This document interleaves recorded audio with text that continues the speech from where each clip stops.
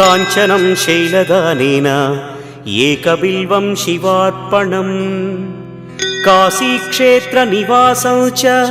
कालभैरवदर्शनम् प्रयागे माधवं दृष्ट्वा एकबिल्वं शिवार्पणम् इन्दुवारे व्रतं स्थित्वा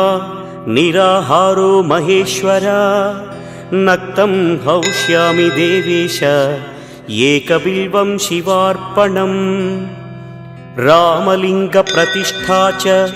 वैवाहिककृतं तथा तटाकादि च सन्तानम् एकबिल्वं शिवार्पणम् अखण्डबिल्वपत्रं च आयुतं शिवपूजनम् कृतं नाम सहस्रेण एकबिल्वं शिवार्पणम् उमया सह देवेश